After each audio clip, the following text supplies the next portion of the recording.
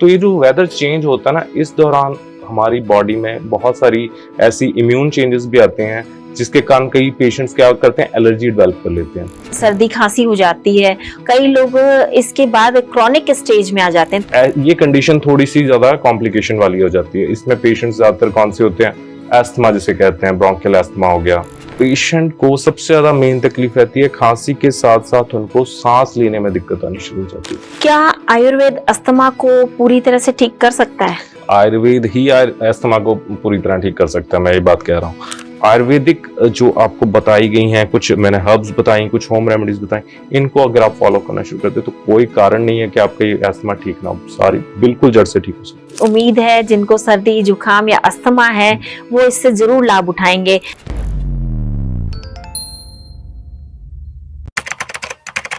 नमस्कार, D5 channel Hindi देख रहे दर्शकों का मैं वंदना चट्टा स्वागत करती हूँ। आप देख रहे हैं आयुर्वेदा से मोक्ष तक सीरीज। इस सीरीज में हम हर छोटी बड़ी बीमारी के बारे में विस्तार से चर्चा करते हैं।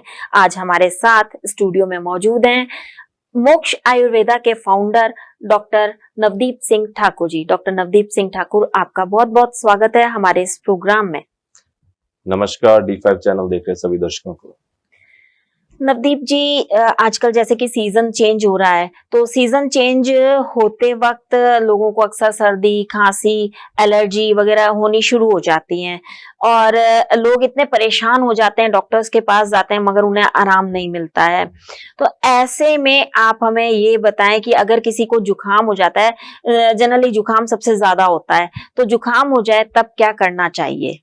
देखिए, ये जो सीजन है ना, इस टाइम ये जो मार्च मंथ चल रहा है, मार्च अप्रैल, इसको वसंत ऋतु के अंतर्गत रखा जाता है आयुर्वेद में। एंड हम देखते हैं इसमें एक ऋतु परिवर्तन हो रहा है, जैसे हम बताते हैं ऋतु संधि कहते हैं इसे, जैसे कि हम सर्दी से गर्मी की तरफ जा रहे हैं। दूसरा, इस सीजन में हमारा जो क्लाइमेट है, खासतौर पे नॉर्थ इंडिया में हार्वेस्टिंग सीजन जिसको कहते हैं, गेहूं की कटाई भी होगी और भी कई चेंजेस आते हैं, नई फ्लावरिंग होती है। तो जो हमारा क्लाइमेट है उसमें बहुत से ऐसे छोटे छोटे पार्टिकल्स मौजूद हो जाते हैं। दूसरा, वेदर चेंज होने के कारण एकदम से सर्दी से गर्मी में जा रहे हैं। तो ये जो वेदर चेंज होता है ना, इस दौरान हमारी बॉडी में बहुत सारी ऐसी इम्यून चेंजेस भी आते हैं, जिसके कारण कई पेशेंट्स क्या करते हैं, एलर्जी डेवलप कर लेते हैं। तो वो एलर्जी किसी भी चीज से हो सकती है, वो किसी पॉलन से हो सकती है, हार्वेस्टिंग सीजन में कई बार लोगों को हो जाती है, या पॉल्यूटेंट्स के कारण हो जाती है, वेदर चेंज जैसे हो रहा है उसके कारण भी हो जाता है, कभी सर्दी है, कभी गर्मी है, कभी बारिश हो रही है। तो ऐसे बहुत से रीजन हैं जिसके कारण ये चीज होती है। दूसरा, वसंत ऋतु में हमारी बॉडी में जो कफ दोष है वो काफी एग्रीवेट कर जाता है, काफी बढ़ जाता है। तो जिसके कारण इस सीजन में ज्यादातर पेशेंट्स में हमने देखा है उनको नजला रेशा, छींके जुकाम, गले में रेशा होना, खांसी होना, ये सारी समस्या होती हैं। तो इसमें सबसे ज्यादा जो कॉमन चीज आजकल देखी जाती है वो है नाक की जो दिक्कत आती है।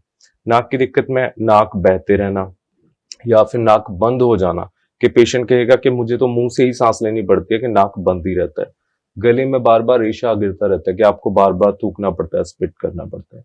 तो ये सारी चीजें जो है अपर रेस्पिरेटरी ट्रैक्ट जिसको कहते हैं हम, उसमें हमारा नाक और गला ज्यादातर शामिल रहता है। तो ये सारी चीजें इसमें आनी शामिल हो जाती है। इसके होने के कारण, जैसा कि अभी आपने बताया कि ये कई कारणों की वजह से होती है, तो चाहे पॉलन एलर्जी हो, है ना, तो जब अगर किसी को एलर्जी की वजह से अगर नाक की प्रॉब्लम हो रही है तब उसे क्या करना चाहिए? देखिए, जैसे इस सीजन में सारी दिक्कतें आनी शुरू हो जाती मेरे कहने का मतलब है कि किसी को बार बार छींक आ रही हो तब वो क्या करें? देखिए, छींक एक ऐसा मैकेनिज्म है हमारी बॉडी का, इट्स अ डिफेंस मैकेनिज्म।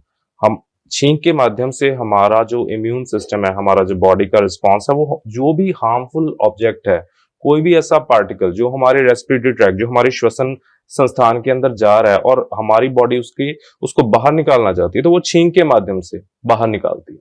तो छींक से बचना नहीं है, हमने ऐसी चीज से प्रिवेंट करना है कि ऐसे हम इन्वायरमेंट में ना रहें, या फिर वो ऐसी कौन सी चीज है जिसके कारण हमें छींक आ रही है।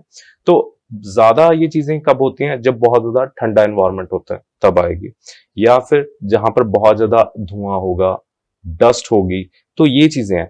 तीसरा, या कोई केमिकल के एनवायरनमेंट में आप रहते हैं। अब इसमें कई बार ऑक्यूपेशनल हैजर्ड्स भी होते हैं, जैसे मान लीजिए कोई शख्स है जो किसी केमिकल फैक्ट्री में काम कर रहा है या कोई पेंट फैक्ट्री में काम कर रहा है। कई बच्चे बहुत ज्यादा परफ्यूम्स लगाते हैं, बहुत ज्यादा डीओज लगाते हैं, जिसके कारण भी उनकी एलर्जी डेवलप हो जाती है। तो आपको इन जो पॉजिटिव कारण है ना, आयुर्वेद में कहते हैं निदान परिवर्जन, यानी कि आप उस रोग के कारण का जब तक परित्याग नहीं करेंगे, आपका वो रोग नहीं जाएगा। तो आपको ध्यान देना है कि आपको ये एलर्जी किस वजह से हो रही है। अब इसमें कई लोगों को पेट से हो जाती है, जैसे जी। पेट्स की डॉग डेंडर होती है या किसी भी पेट का कोई पार्टिकल्स रहते हैं, तो वो आप देख नहीं सकते, वो बहुत मिन्यूट होते हैं, बहुत छोटे होते हैं। वो जब आपके रेस्पिरेटरी ट्रैक में जाएंगे, आपको छींकें आनी शुरू हो जाएंगी। तो पहली चीज तो ये है कि हम एलर्जी से बचें। आपको आइडेंटिफाई करना पड़ेगा कि किस रीजन से आपको हो रही है, आप उस रीजन से थोड़ा दूर रहिए, उससे बच के रहिए। तीसरा, आपकी इम्यूनिटी के ऊपर आपको वर्क करना पड़ेगा। अगर आपकी इम्यूनिटी वीक है तो एक्स्ट्रा जो इम्यून रिस्पॉन्स आता है, जो कि हमारी बॉडी को नहीं देना चाहिए, वो किसी भी पार्टिकल के लिए आपकी बॉडी इम्यून रिस्पॉन्स के तौर में छींके जुकाम बनाना शुरू कर देती है। तो इसके लिए आपको इन चीजों का ध्यान रखना पड़ेगा कि अपना जो क्लाइमेट है वहां पर डस्ट ना हो, स्मोक ना हो, और किसी भी तरह का केमिकल एक्सपोजर ना हो, और एकदम से सर्दी गर्मी का जो एकदम से सडन चेंजेस आते हैं, उससे आपको बचना होगा। जब किसी को जुकाम हो जाता है या हम कहते हैं कि नाक बंद हो गई है, तब उसे क्या करना चाहिए? देखिए, नाक बंद होने के पीछे बहुत सारा रीजन है। एक तो कई बार रेशा बहुत ज्यादा बना होता है, जिसके कारण नाक बंद हो जाती है। अब इस कंडीशन में क्या होता है कि पेशेंट मुंह से सांस लेना शुरू कर देता है, तो उससे क्या प्रॉब्लम आती है। देखिए, नाक में तो भगवान ने ना बहुत सारे फिल्टर्स लगाए हुए हैं। जो भी हम नाक से सांस लेते हैं उसमें काफी चीजें फिल्टर आउट हो जाती हैं। लेकिन अगर हम माउथ ब्रीदिंग करेंगे तो बहुत से ऐसे हार्मफुल जो चीजें हैं, हमारे जो रेस्पिरेटरी ट्रैक है, गले में टॉन्सिलाइटिस हो सकता है, आगे आपको चेस्ट इन्फेक्शन हो सकती है। तो माउथ ब्रीदिंग से बचना है। लेकिन अगर बार बार आपका नाक बंद हो रहा है तो आपको एग्जामिन करना पड़ेगा। कई बार नाक में मांस बढ़ जाता है एलर्जी की वजह से, जिसके कारण वो नाक का जो रास्ता है वो कम हो जाता है। इसके अलावा कई बार जिन लोगों को बहुत पुरानी एलर्जी रहती है, बहुत पुराना छींके जुकाम, शुरुआत में वो ध्यान नहीं देते हैं या ऐसे ही काम चला लेते हैं, लेटर ऑन क्या करते हैं, उनके नाक के अंदर मांस तक बढ़ जाता है, जिसको रसौली की तरह जैसे होता है ना, तो उसको नेजल पॉलिप कहते हैं। अब इसमें क्या किया जाता है, जनरली आप कहीं भी जाएंगे आपका कहेंगे कि नाक का मांस बढ़ गया जी, आपके नाक का ऑपरेट कर दो। अब आप ऑपरेट एक बार करा लो, 4 बार करवा लो, जब तक आपकी एलर्जी नहीं ठीक होगी, जब तक आपका इम्यून सिस्टम नहीं ठीक होगा, आप कितनी बार भी ऑपरेट करा लेंगे वो दोबारा बढ़ जाएगा। इनफैक्ट जो लोग बार बार कराते हैं उनका बहुत ज्यादा बढ़ जाता है। तो आपको उसको काटने की बजाय अपने आप पे वर्क करना पड़ेगा। तो आयुर्वेद में बहुत अच्छा इलाज है इस चीज का, बहुत से ऐसे मेथड्स हैं जिससे आप इससे बच सकते हैं। बड़ी सिंपल चीज बताता हूँ इसी के साथ। आपके जो नेजल पॉलिप्स की बात आपने करी है, तो आपको क्या करना है कि सुबह के समय आप जो देसी गाय का देसी घी है उसे आप थोड़ा सा पिघला लें, उसको 2-2 ड्रॉप्स आपने दोनों नाक नॉस्ट्रल्स में डाल लेना। डालने का तरीका आना चाहिए सबसे पहले तो। इसको डालने का ये तरीका है कि आप पूरा लेट जाइए और अपने कंधे के नीचे एक पिल्लो रख लीजिए, जिससे कि आपका जो सिर है वो थोड़ा टिल्टेड पोजीशन में रहेगा। लोग सीधा डालते हैं, सीधा उनके गले में आ जाता है, तो उससे आपको बचना है।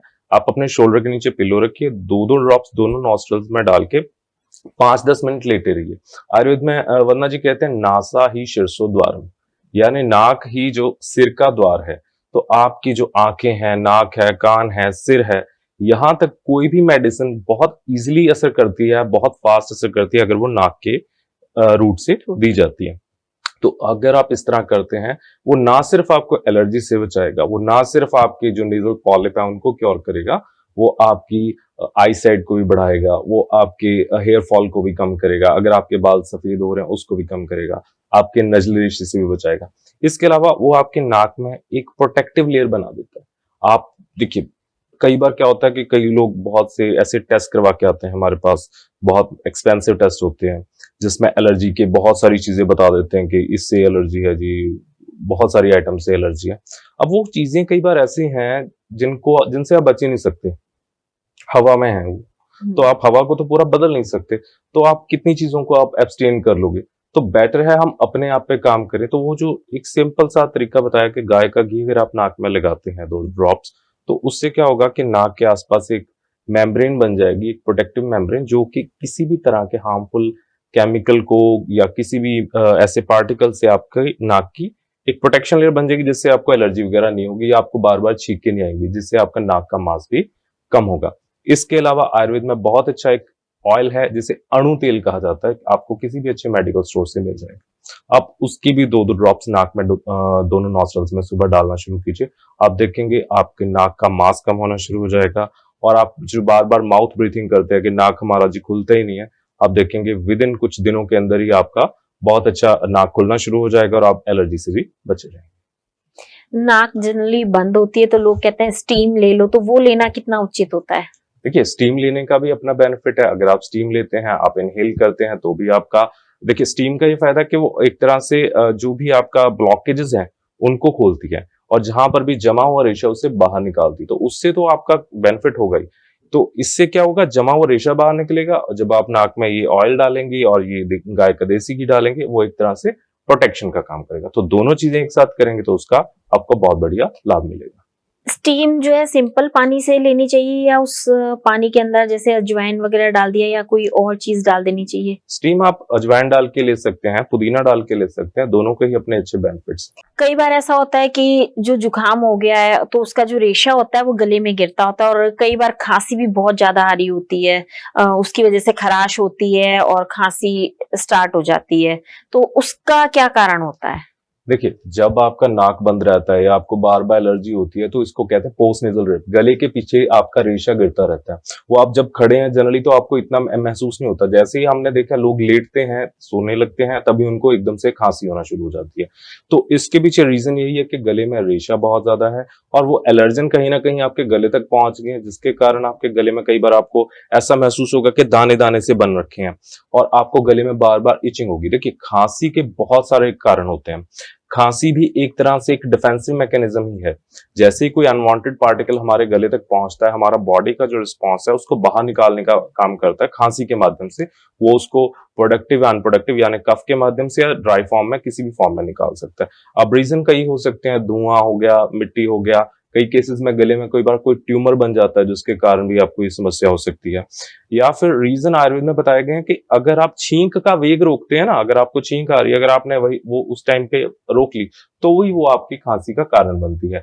इसके अलावा आप एक्सेसिवली अगर वर्कआउट करते हैं, अपनी जरूरत से सामर्थ्य से ज्यादा अगर आप एक्सरसाइज करते हैं, बहुत ज्यादा एक्सेसिव वर्कआउट कर रहे हैं, बहुत ज्यादा आप भाग दौड़ कर रहे हैं, अपनी डाइट अच्छी नहीं है आपकी, आप खाने में ऐसी कोई मिर्च मसाले वाली चीजें खा रहे हैं या बहुत ड्राई चीजें खा रहे हैं, जिसके कारण एक इरिटेंट की तरह आपके गले में कुछ लग गया। मान लीजिए कोई चिप्स बहुत ज्यादा कई बार बच्चे खाते हैं, या आप बहुत ज्यादा ठंडी चीजें खा रहे हैं, एकदम से फ्रिज से निकाल के आइस डाल के आप कोई कोल्ड ड्रिंक पी रहे हैं, तो वो सारी जो ठंडी चीजें एकदम से आपका जो श्वसन संस्थान है उसको एकदम से कंस्ट्रक्ट कर देती है, वहां इरिटेंट का काम करती है, तो सडनली खांसी आना शुरू हो जाती है। एकदम से हमने देखा लोग खाना खाते हैं, साथ साथ खांसी होना शुरू होती है।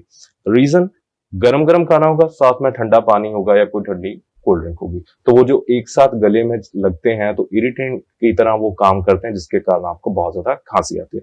तो आपको इन्हीं चीजों से बचना है। एक्सेसिव आप कोई भी भागदौड़ वाला काम ना करें, पौष्टिक आहार रखें। कोई भी ऐसे, आप जो लोग बहुत ज्यादा भूखे रहते हैं कि आपने अपनी जरूरत के अनुसार खाना ही नहीं खाया, उनको भी, इसको कहते हैं क्षयजकास। क्षयजकास यानी कि आप बहुत वीक हो गए हैं, आपकी बॉडी में वायु बहुत ज्यादा बढ़ गई, तो ऐसे केसेस में सारा दिन खांसी लगी रहना। और वो खांसी कैसी होगी, ड्राई कफ रहेगी, सूखी खांसी, बार बार ऐसे गले में दर्द रहेगा, उनकी पसलियों में दर्द होता रहता है, कोई भी काम नहीं कर पाते हैं, एंड चेहरे का एकदम तेज ही खत्म हो जाता है, जो बंदा सारा दिन खांसता ही रहता है। तो इन चीजों से बचने के लिए आपको इनके कारणों का परित्याग करना पड़ेगा। ठंडी चीजें बहुत ज्यादा ना खाएं, एंड अपनी डाइट अपनी रेगुलरली लेते रहें, और पौष्टिक आहार लें। बहुत ज्यादा ड्राई चीजें ना खाएं, सूखी मिर्च मसाले वाली चीजें या कोई भी ऐसी चीज जो आपके गले को इरिटेट करेगी, जो वहां पे जाके कुछ चुभन पैदा करेगी, उस चीज का ध्यान रखें। तो इसमें कई बार क्या होता है, खांसी जब ज्यादा एक्यूमुलेट हो जाती है, बहुत ज्यादा एलर्जन एक्यूमुलेट हो जाते हैं, तब इसमें कई बार कफ का प्रोडक्शन हो जाता है, जिसमें हम बलगम भी आ जाती है। लेटर ऑन यही चीज आपकी एस्थमा में परिवर्त होती है, क्योंकि आपके जो फेफड़े हैं वो ऑक्यूपाई हो जाते हैं, तो आपको सांस लेने में परेशानी होती है। तो यही नजला, रेशा, जुकाम, पहले आपका छींके जुकाम आएगा, नाक बंद होगा, आप नहीं ध्यान देंगे, खांसी में परिवर्तित होगा।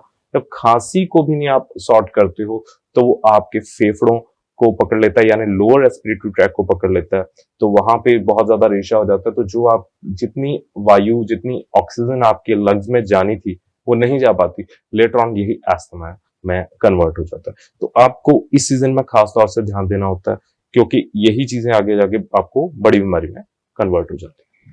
डॉक्टर नवदीप, एक चीज और बताइए कि जो खांसी होती है उस खांसी में और जो टीबी वाली खांसी होती है, इन दोनों में क्या फर्क होता है? देखिए, जो जनरल खांसी मैंने बताया वो इरिटेंट वाली खांसी है कि आपकी बॉडी ने एक इरिटेंट को बाहर निकालने के लिए खांसी करके उसे बाहर निकाला।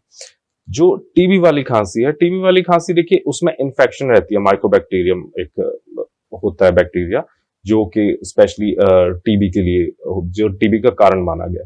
तो इसमें इन्फेक्शन होती है और ये जो टीबी है ये कम्युनिकेबल डिसीज है, एक शख्स से दूसरे को होने वाली। एक जनरल खांसी जो है वो आपकी अपने आहार विहार के कारण होती है।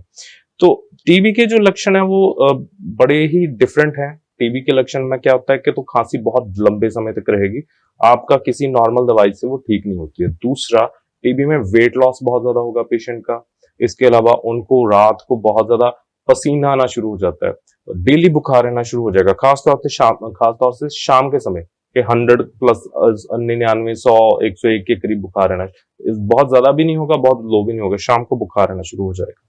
तो और बहुत ज्यादा वो कमजोर हो जाते हैं, बहुत ज्यादा पतले हो जाते हैं, राज्य क्षमा कहते हैं इसमें हमारे आयुर्वेद में। और इसके लिए तो आपको देखो इन्फेक्टिव ट्रीटमेंट जो है वो भी करवाना पड़ेगा, साथ में आयुर्वेद से इसका प्रिवेंटिव ट्रीटमेंट भी रहता है, क्योंकि जो टीबी की पेशेंट है ना वो बहुत ज्यादा वीक हो जाते हैं। तो अब आपने टीबी की बात करी, आपको बताता हूँ आयुर्वेद में जुगुप्सा चिकित्सा बताई गई है। जुगुप्सा यानी कि पेशेंट को बिना बताए आपने कुछ ट्रीटमेंट देना। अगर मान लीजिए कोई बहुत हार्डकोर वेजिटेरियन है ना, तो जुगुप्सा चिकित्सा में मांस रस यानी चिकन सूप्स वगैरह दे के, क्योंकि इसमें आपके शरीर की धातुएं बहुत क्षीण हो जाती हैं, अगर आपने उनको नहीं बचाया तो पेशेंट को कुछ भी हो सकता है, and it's a deadly disease. तो उस कंडीशन में आपको एक न्यूट्रिटिव आहार लेना है, तो उस कंडीशन में आप मांस रस ले सकते हैं, औषध समझ के लीजिए, क्योंकि हमारे लिए सबसे बड़ा चिकित्सा परमो धर्म है। तो उस कंडीशन में आयुर्वेद में अलग अलग तरह के रसायन भी बताए हैं, मांस रस भी बताएंगे, तो आप उनका सेवन कर सकते हैं, जिससे आपकी बॉडी की धातुएं पुष्ट रहेंगी और आपको उस रोग से लड़ने का ताकत भी मिलेगी। अगर जैसे हमने देखा है कि जो बड़े बुजुर्ग होते हैं ना, उनको रात के अंदर खांसी बहुत ज्यादा आती है, तो रात में जब खांसी आए तब क्या करना चाहिए? जैसे आपने कहा कि बुजुर्गों को रात को बहुत खांसी आती है, इसका रीजन बता रहा हूँ।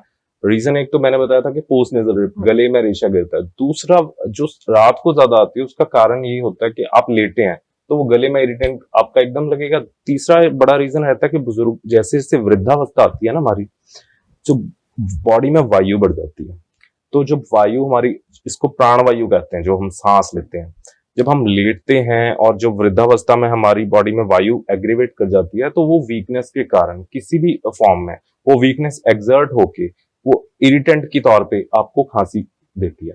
तो आपने शाम के समय एक चीज का ध्यान रखना, कोई भी कफ वर्धक चीज नहीं खानी है और कोई भी एक्सेसिवली वायु बढ़ाने वाली चीज नहीं खानी है।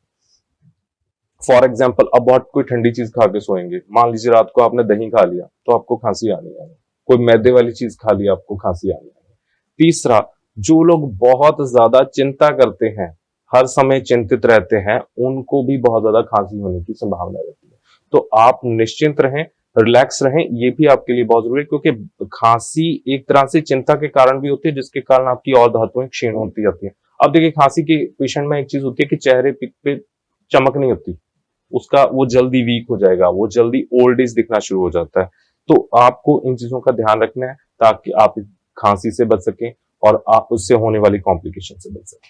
अगर अचानक से जैसे रात को खांसी बहुत ज्यादा हो गई है, तो उस वक्त क्या करा जा सकता है कि उनकी खांसी रुक जाए?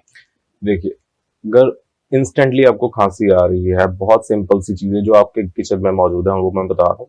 आपको लेनी है, 1 चम्मच सौंफ ले लीजिए, 1-2 इलायची ले लीजिए, 1 लौंग और 5-6 काली मिर्च, और साथ में आप पुराना गुड़ अगर आपके पास है वो ले लीजिए। इसको एक साथ आप मुंह में रख के चबाना और चूसना शुरू कर दीजिए। आप देखेंगे आपके गले को एक सूदिंग इफेक्ट आना शुरू हो जाएगा। इमीडिएटली जो बहुत ज्यादा एग्रेवेटेड खांसी थी उसमें आपको लाभ मिलना शुरू हो जाएगा। क्या इसका पाउडर बना के रखा जा सकता है? नहीं, पाउडर नहीं, इसको फ्रेशली आप लें तो ज्यादा अच्छा रहेगा, क्योंकि उसके मिन्यूट इंग्रेडिएंट जैसे जैसे आप चूसोगे ना तो वो बहुत अच्छा रहेगा। अगर पाउडर बना के लोगे एकदम से वो चढ़ेगा आपको वो ज्यादा इरिटेट कर सकता है। डॉक्टर नवदीप, खांसी होने पर हम और क्या क्या चीजें कर सकते हैं जिससे कि हमें राहत मिले?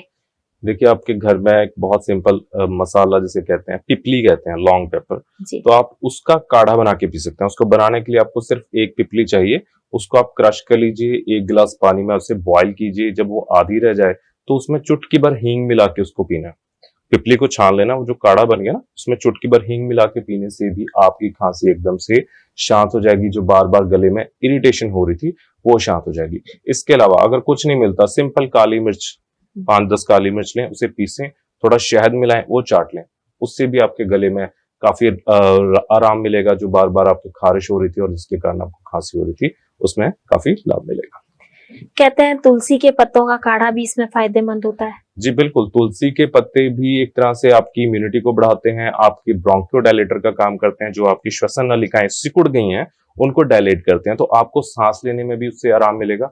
और आपकी जो छाती में जकड़ाहट हो जाती है ना खांसी करने के कारण, जो पसलियों में दर्द होता है, तो वो तुलसी का काढ़ा पीने से आपको उसमें काफी रिलीफ मिलेगा। किसी को नजला रेशा बहुत ज्यादा रहता है और मतलब अंदर भी गिरता है, गले के अंदर भी उसका नजला रेशा गिरता रहता है, तो घर में रह करके ऐसा क्या करे कि वो ठीक हो जाए? बहुत ही इफेक्टिव और सिंपल रेमेडी बता रहा हूँ, सबके घरों में मौजूद है।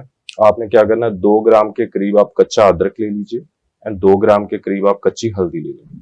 उसको आप अच्छे से पीस के उसको 5 ग्राम के करीब जो गाय का घी है उसमें अच्छे से भून लें, और फिर उसे आप 5 ग्राम के करीब ही जो पुराना कोई गुड़ है उसके साथ मिलाकर आप खाएं। डेली आप रात को लेना शुरू कीजिए। इसको आप गर्म पानी के साथ भी ले सकते हैं। आप देखेंगे आपके गले में जो बार बार रेशा गिरता रहता था, और जो आपकी आंखों में खारिश रहती है, नाक आपका बार बार ऐसे म्यूकस से मवाद से भरा रहता है, बार बार गले में रेशा गिरता रहता है, सारी समस्या आपकी धीरे धीरे कम होनी शुरू हो जाएंगी। आपकी जो कफ एक्यूमुलेटेड है वो बाहर निकलना शुरू हो जाएगा, और उसके कारण कई बार हमने देखा जो खांसी होती है ना, उससे कई बार लोगों को उल्टी भी आ जाती है। तो वो चीज भी नहीं होगी अगर आप ये रेमेडी डेली रूटीन में यूज करते हैं। अक्सर डॉक्टर जब जुकाम खांसी हो जाता है तो गरारे करने के लिए बोलते हैं, तो उसका सही तरीका क्या है? देखिए, गरारे करने का सबसे सही तरीका है कि आप शाम के समय करें, जब आपको पता है कि आपने अब और कुछ नहीं खाना है। ठीक है, तो आपने 1 गिलास गर्म पानी लें, उसमें आप कच्ची हल्दी डाल सकते हैं या लौंग भी डाल सकते हैं। उसको अच्छे से बॉईल कर लीजिए, चुटकी भर सेंधा नमक मिला लीजिए। उससे आपने अच्छे से गरारे करने हैं, मुंह में अच्छे से उसे घुमाना है और स्पिट आउट कर देना है। इसके बाद अगर आप एक और चीज कर लें, जिसे आयुर्वेद में कहते हैं कवल, तो कवल में क्या करना है, आपको ऑयल लेना है जो भी आपको अच्छा सूट करता है। आप नारियल का तेल ले सकते हैं, आप तिल का तेल ले सकते हैं, दोनों में से कोई भी। और अगर किसी को गर्मी करती हैं चीजें, तो आप सिंपल देसी गाय का घी भी ले सकते हैं। तीनों ऑप्शन है, आपको जो सूट करे आप ले सकते हैं। तो आपको क्या करना है, 10 ml के करीब जो ऑयल है उसे अच्छा सा सुकोशन कर लेना, ल्यूकॉर्म लाइट सा गर्म कर लेना, उसको मुंह में रखना है। उसको मुंह में रख के आपने एक चक्कर दाना और दिलवाना है और मुंह में होल्ड कर लेना। बबल्स नहीं आने चाहिए आपके मुंह में। फिर आपने मुंह बंद करके बैठ जाना है। मुंह बंद करके बैठिए एंड धीरे धीरे आप देखेंगे, आप महसूस करेंगे आपके मुंह में सैलिवेशन हो रहा है, जो आपके मुंह की लार है वो इकट्ठी होती जा रही है। आप बस मुंह बंद करके उसे महसूस करिए, उसको हिलाना नहीं है। धीरे धीरे आप देखेंगे आपका मुंह पूरा भरना शुरू हो जाएगा। आप उसे तब तक होल्ड करिए जब तक आप होल्ड कर सकते हैं। जब आपको लगता है कि अब पूरा मुंह भर गया, अब आप और होल्ड नहीं कर सकते हैं, तो 2-4 मिनट के बाद आप उसे स्पिट कर दीजिए, थूक दीजिए। एंड ये जो क्रिया है इसको आयुर्वेद में कहते हैं, जो आपका उधर जत्रुगत यानी कि जो क्लेविकल है ना हमारी, इससे ऊपर जितना भी एरिया है हमारा, जिसमें हमारी गर्दन आ गई, जबड़ा आ गया, हमारे दांत आ गए, नाक, कान, गला, सिर, आंखें, ये सारा कुछ ही इस कवल की क्रिया से ठीक हो जाता है। ये सबको बल देता है। जिनके दांतों में प्रॉब्लम रहती है, ओरल कैविटी खराब रहती है, आपके दांत खराब होते हैं, मसूड़े खराब होते हैं, गले में टॉन्सिल्स बढ़ जाते हैं, और कईयों का मुंह टेढ़ा हो जाता है, कई बार फेशियल पैल्सी हो जाती है, तो इन सभी रोगों में ये जो चीज है बहुत अचूक कारगर रिजल्ट देती है आपको। और ये सब आप घर पे बहुत इजीली कर सकते हैं। तो आप ये डेली रूटीन में अगर आप करेंगे, तो जिन लोगों को भी एलर्जी की दिक्कतें हैं, गले में रेशा रहता है, खांसी बार बार होती है, तो उनमें भी बहुत अच्छा लाभ मिलेगा। जो ऑयल पुलिंग कहते हैं वो यही चीज होती है? हाँ, अंग्रेजी में नाम जो भी रख दीजिए, लेकिन आयुर्वेद का ही चीज है। अब देखेंगे वंदना जी, कुछ सालों में ना जितने भी आयुर्वेद की चीजें हैं, पंचकर्म से रिलेटेड चीजें हैं, इनको मैं नोटिस करता जा रहा हूँ, इनके ना अंग्रेजी नाम रख के बाहर से उसको हमारी डेली रूटीन में लाया जा रहा है, ताकि आयुर्वेद का यूज तो कर लिया जाए लेकिन आयुर्वेद को क्रेडिट ना दिया जाए। ठीक है ना? तो हमारी चीजों को हाईजैक किया जा रहा है। तो अगर हम उनको एसेंशली पीछे मुड़कर उनको डीप नॉलेज से देखें, तो कहीं ना कहीं आप देखेंगे कोई भी इन फ्यूचर भी आने वाली चीज है, मास टेबल पे बैठ के कर कोई भी चीज आएगी ना, आप उसकी रिसर्च कर लीजिए, वो भारत के आयुर्वेद से ही होगी, और उसी का एक इफेक्टिव वर्जन, जो उसका नाम बदलने से क्या होता है। और मेन है मानवता की सेवा और हमारी जो चिकित्सा होनी चाहिए, पेशेंट ठीक होना चाहिए बिना किसी उपद्रव के, बिना किसी कॉम्प्लिकेशन के। जी, बिल्कुल। नवदीप जी, एक चीज़ और बताइए कि जब सर्दी खाँसी हो जाती है, कई लोग इसके बाद क्रोनिक स्टेज में आ जाते हैं, तो वो क्रोनिक स्टेज क्या होती है? देखिए, जब आपका अपर रेस्पिरेटरी ट्रैक्ट यानी कान, नाक, गला ये जो है, ये एक समय तक उसको सहते गए, आपने ध्यान नहीं दिया, वो रेशा आपके लोअर रेस्पिरेटरी ट्रैक्ट तक पहुंच जाता है। जिसमें लोअर रेस्पिरेटरी ट्रैक्ट में क्या आ गया, आपका जो विंड पाइप आ गई, आपकी ट्रेकिया आ गई और आपके जो फेफड़े लंग्स आ गए।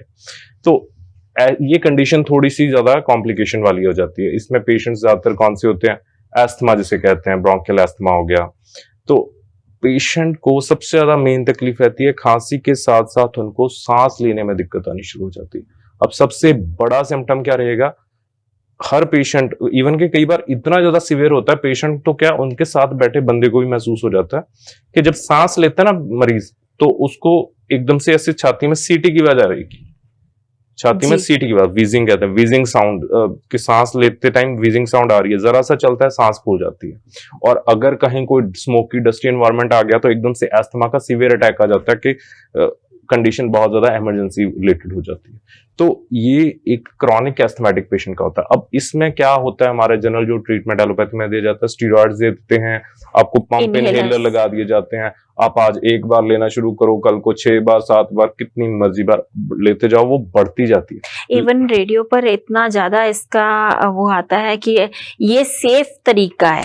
देखिए, इमरजेंसी संभालने के लिए सेफ कह सकते हैं कि अभी आया, अभी के लिए आपने दे दिया, लेकिन जब आप स्टेबल हो गए हैं तो आपको ठीक आयुर्वेद नहीं करना है, जिसको क्योर कहते हैं ना, तो क्योर आयुर्वेद में करना है। इसको इमरजेंसी के लिए रख लीजिए, लेकिन अगर आपने इसे इलाज समझ लिया है और आप सारी जिंदगी सोच रहे हैं इसको लेते रहें, तो इसकी कोई लिमिट नहीं है कितनी लेते रहोगे, इनको लेते लेते भी लोग बीमार पड़ते हैं। तो इमरजेंसी के लिए ठीक है, लेकिन आप आयुर्वेद के ऊपर आइए, अपनी डाइट पे काम कीजिए। अब हम लोगों का प्रॉब्लम यह है कि हमें ना एक शॉर्टकट चाहिए, हम अपने पे काम नहीं करना चाहते, तो कैसे ठीक होंगे।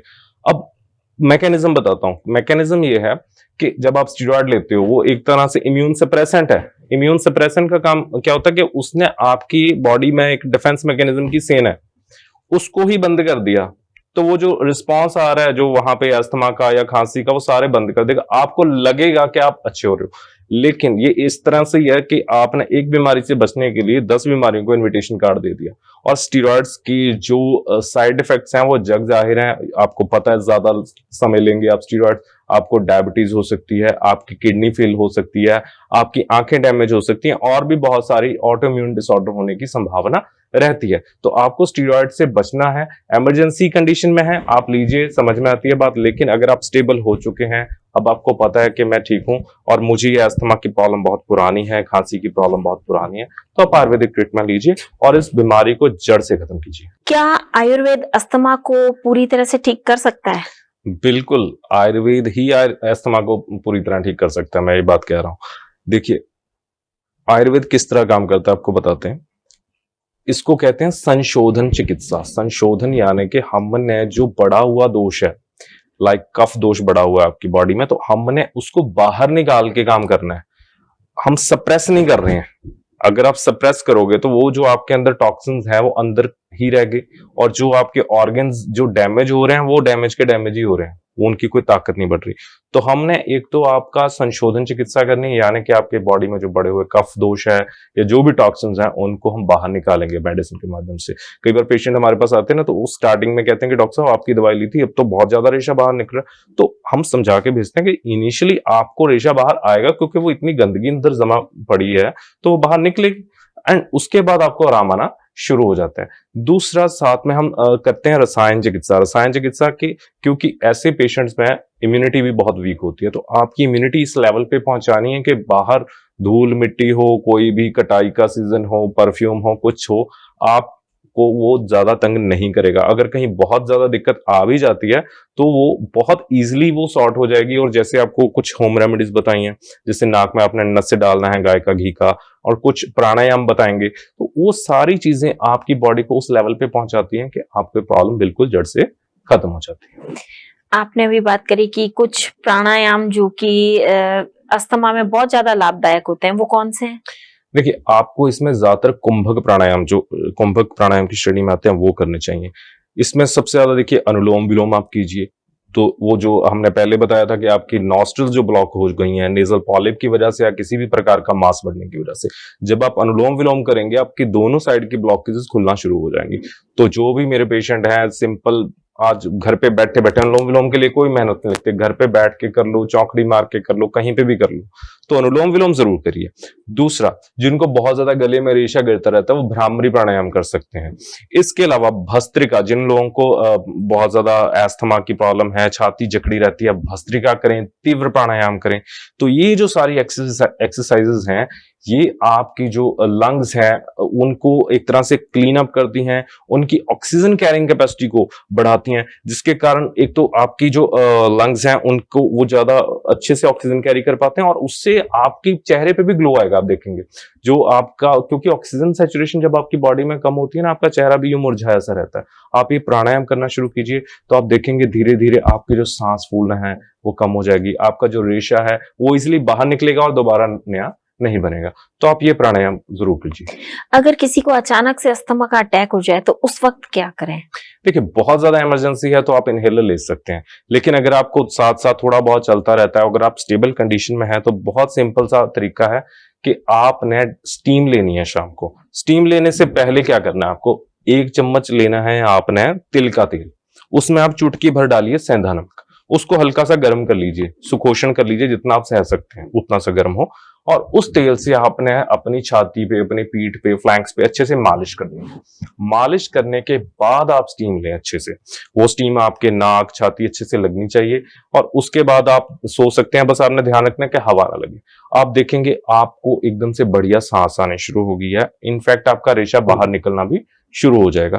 तो जो भी अस्थमा से पीड़ित पेशेंट है वो ये चीज जो मैंने आपको बताई है कि मालिश करके स्टीम लेना आप डेली रात को सोने से पहले कीजिए, बहुत अच्छा लाभ मिलेगा। इसके अलावा एक और होम रेमेडी आपको बता रहा हूँ, कंटकारी एक बहुत अच्छी औषध है। कंटकारी आपको किसी पंसारी के पास भी मिल सकती है। 5 ग्राम कंटकारी का पाउडर आपको लेना है, उसको आप 1 कप पानी में अच्छे से बॉईल कीजिए, जब आधा रह जाए उसे छान के आप डेली पीना शुरू कीजिए।